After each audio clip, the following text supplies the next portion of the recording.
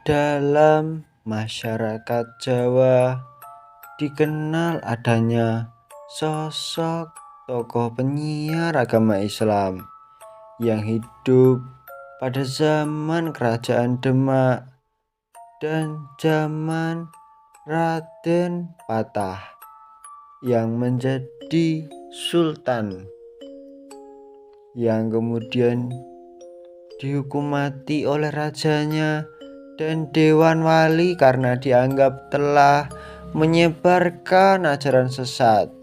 Sosok tersebut adalah Syekh Siti Jenar yang juga sering disebut Syekh Lemah Abang menurut kisah yang beredar dalam masyarakat. Syekh Siti Jenar dahulunya berasal dari seekor cacing di dalam tanah lempung yang dipergunakan untuk menambal perahu saat Sunan Bonang, salah seorang wali songo, sedang mengajarkan pengetahuan tingkat tinggi dalam agama Islam yang diajarkan kepada Sunan Kalijogo. Dan pada waktu itu Sunan Bonang menjelaskan pendalaman tentang ajaran agama Islam kepada Sunan Kalijogo saat Sunan Kalijogo waktu itu masih menjadi muridnya.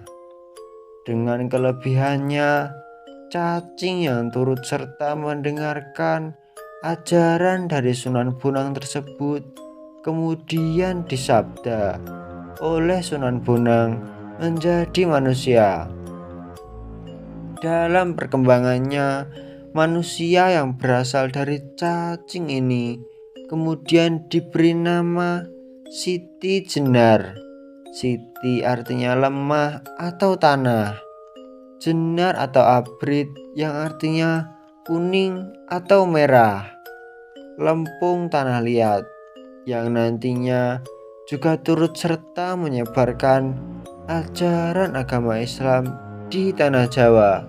Dalam menyebarkan ajaran Islam, Syekh Siti Jenar melakukannya di daerah pedalaman Jawa dan mendapatkan banyak pengikut, baik dari kalangan orang kebanyakan maupun kalangan bangsawan yang merupakan sisa-sisa pejabat di daerah bekas kerajaan Majapahit.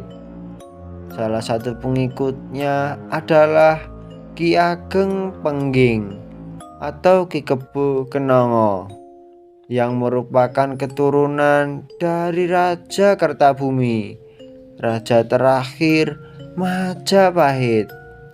Namun dalam perkembangannya, apa yang diajarkan oleh Syekh Siti Jenar yang dikenal mengajarkan ajaran manunggaling kawula Gusti dipandang sudah melenceng dari ajaran agama Islam dan dianggap sebagai ajaran yang sesat dan harus dilenyapkan oleh Raden Patah, Raja Demak, dan Dewan Wali.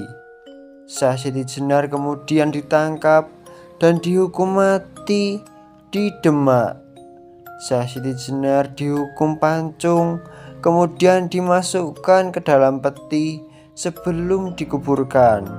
Saat jenazah masih di dalam peti, pada saat dibuka dan akan dikuburkan, ternyata yang ada di dalamnya bukan jenazah Syekh Siti Jenar, namun bangkai anjing hitam kudisan yang telah ada di peti jenazah tersebut.